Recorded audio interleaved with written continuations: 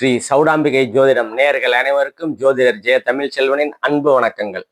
இப்ப கார்த்திகை மாதத்திற்கு உண்டான பொது பலன்களை நம்ம பார்ப்போம். கார்த்திகை மாதம் அப்படின்னா என்ன சிறப்பு அப்படின்னா, திருக்கார்த்திகை தீபம் திருவண்ணாமலையில தீபம் ஏத்துறது ஒரு தனி சிறப்பு. அதே மாதிரி ஐயப்ப பக்தர்கள் இந்த மாதம் தான் ஐயப்பனை தரிசிக்க போக வேண்டியது, அதுவும் ஒரு தனி சிறப்பு. இப்ப பொதுவா என்ன என்ன அப்படின்னா, இப்ப எப்பப்பெல்லாம் ஜாதகம் ஒருத்தர் பார்ப்பாரு அப்படின்னா, குழந்தை, அதாவது ஒரு குழந்தை பிறகுதுன்னா 10 வயசு வரைக்கும் யாரும் மேக்சிமம் ஜாதகம் பார்க்க மாட்டாங்க. எப்போ பார்ப்பாங்கன்னா, அந்த குழந்தைக்கு ஏதாவது உடல் உபாதைகள் ஏதாவது இருந்ததுன்னா பார்ப்பாங்க. அதுக்கு பிற்பாடு எப்போ பார்ப்பாங்க? 10 டு ஒரு 20 வயசுக்குள்ளேனா அந்த குழந்தை நல்லா படிக்கிறாங்களா, இல்லை படிக்கலையா, அவங்க என்ன படிச்சா எப்படி வருவாங்க, அதாவது எந்த கிரகம் சுபத்துவமா இருக்குதோ அந்த கிரகத்தோட எண்ணங்களும் தொழில்களும் அமையும்னு சொல்லுவோம். அதே மாதிரி எந்த பேஸ்ல படிச்சா அவங்க நல்ல உயரத்துக்கு போவாங்க, அதாவது நல்ல வேலை கிடைத்து நல்ல ஒரு திருமண வாழ்க்கை அமையும் அப்படின்ற மாதிரிலாம் கரெக்டா தெளிவா பார்க்க முடியும். அதே மாதிரி திருமணத்தை பொருத்தம் வந்து தெளிவா இந்த நட்சத்திர பொருத்தம் இல்லாம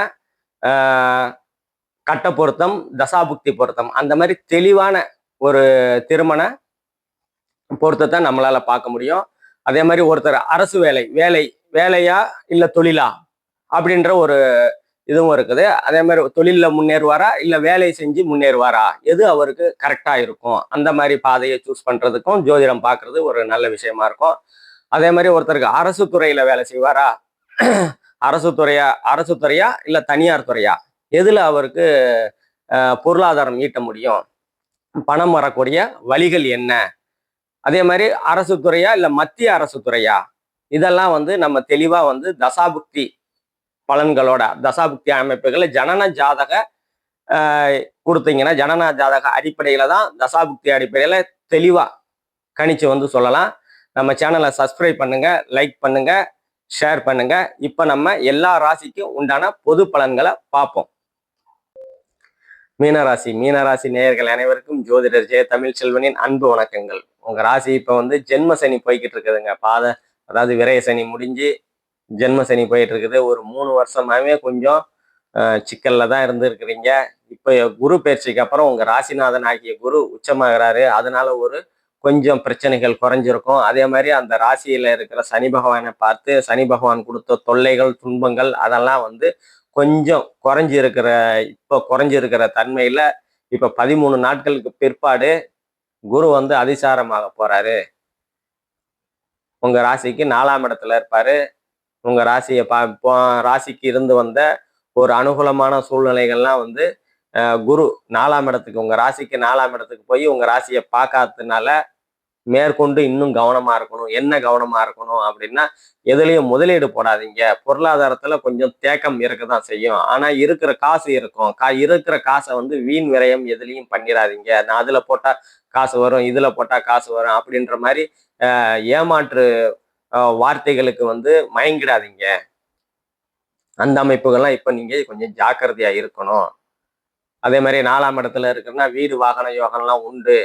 4ஆம் இடத்து அதிசாரம் ஆகும்போது வீடு வாகனம் யோகம் உண்டு. தாயால் அனுகூலங்கள், ஆதாயங்கள் நல்லா கண்டிப்பா உண்டு. மாணவர்கள் நல்லா படிக்கக்கூடிய ஒரு அற்புதமான காலகட்டங்கள்லாம் இந்த காலகட்டத்துல உங்களுக்கு உண்டு. அதே மாதிரி உங்க ராசிக்கு 8ஆம் இடத்தை 4ல இருக்கிற குரு 8ஆம் இடத்தை பார்ப்பாரு. வேலை இல்லை, சொந்த ஊர்ல வேலை கிடைக்கல, வெளியில போகணும்னு நினைக்கிறேன் ஆனாலும் அங்கேயும் வேலை கிடைக்கல அப்படின்னு நினைச்சுக்கிட்டு இருக்கோம்னா, இந்த காலகட்டத்துல ஒரு 500-600 கிலோமீட்டர் கண்டிப்பா வெளியில போகக்கூடிய தன்மைகள் கண்டிப்பா உண்டு. அதே மாதிரி உங்க ராசிக்கு 12ஆம் இடத்தை பார்ப்பாருல்ல, 9ஆம் பார்வையா 12ஆம் இடத்தை பார்க்கும்போது வெளிநாடு, 8ஆம் இடம் வந்து வெளி மாநிலத்தை குறிக்கக்கூடியது, 12ஆம் வந்து வெளிநாட்டை குறிக்கக்கூடியது. வெளி மாநிலம் போவீங்க, அதுக்கப்புறம் வெளிநாடு போகக்கூடிய, ரொம்ப நாளா வந்து ஃபாரின் போய் சம்பாதிக்கலாம் அப்படின்னு நினைச்சிட்டு பிளான் பண்ணிக்கிட்டு இருக்கிறவங்களும் ரொம்ப நாளா கிடைக்கல, அதெல்லாம் இந்த காலகட்டத்துல குரு அதிசாரம் ஆகும்போது 12ஆம் இடத்தை பார்க்கும்போது கண்டிப்பா கிடைக்கக்கூடிய வாய்ப்புகள்லாம் கண்டிப்பா உண்டு. அதே மாதிரி உங்க ராசிக்கு 7ஆம் இடத்தை சனி பகவான் பார்க்கும்போது கணவன் மனைவிக்கிடையே, நண்பர்களுக்கிடையே கொஞ்சம் சிறு சிறு கருத்து வேறுபாடுகள் இருக்கும். அதெல்லாம் கொஞ்சம் பார்த்து விட்டு கொடுத்து புரிஞ்சிட்டு போறது உங்களுக்கு இந்த காலகட்டத்துல ரொம்ப நல்லது. அதே மாதிரி உங்க ராசிக்கு 10ஆம் இடத்த செவ்வாய் இருப்பாரு. 10ஆம் இடத்துக்கு செவ்வாய் இருப்பாரு. அதே மாதிரி அந்த செவ்வாயை வந்து சனி பகவான் பார்ப்பாரு. அதுவும் ஒரு பிரச்சனை தான். குரு பகவான் பார்த்து செவ்வாய் பார்க்கறதுக்கும் நேரடியா அப்படியே பார்க்கறதுக்கும் உங்க ராசிக்கு இன்னும் கொஞ்சம் இந்த காலகட்டத்தில் என்ன செவ்வாய் பார்க்கறதுனா என்ன அப்படின்னா கோபங்கள் ஜாஸ்தியா வரக்கூடிய தன்மைகள் உண்டு. கோபங்கள்லாம் கொஞ்சம் குறைச்சிக்கிறது இந்த காலகட்டத்தில் உங்களுக்கு நல்லது.